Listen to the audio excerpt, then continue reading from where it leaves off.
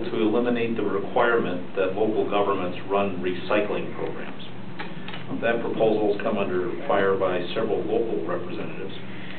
Still, the state's deficit demands that costs be curbed in any number of areas, including some popular programs.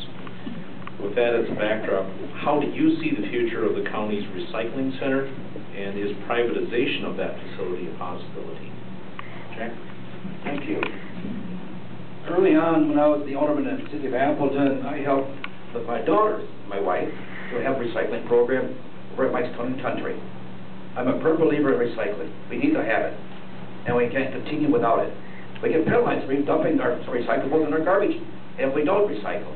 So, again, it's almost like you're damned if you do, you're damned if you don't. But I believe we need to have recycling in this county, and the $800,000 that Walker is planning to not share with us is not, I don't think it's feasible. I think Republicans and Democrats are going to find ways to refund that. The $800,000 doesn't affect our levy because the recycling program is on its own merit. It's an enterprise fund in the county that doesn't affect the levy. But it could affect the levy if we take it upon ourselves to continue as is, and also if we don't have a recycling program in place. We need to have recycling in this county.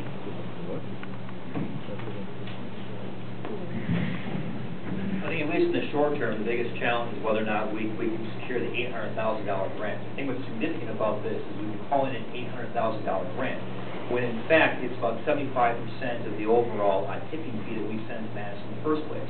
So these are dollars that are not coming from the general purpose revenues model. These are dollars that are coming from our community, from our county, in the way of increased tipping fees. So not only is it important in order to make sure that we have that funding for that operation, but there's also a fairness component to that, to make sure that dollars that are coming from this community goes back to once again.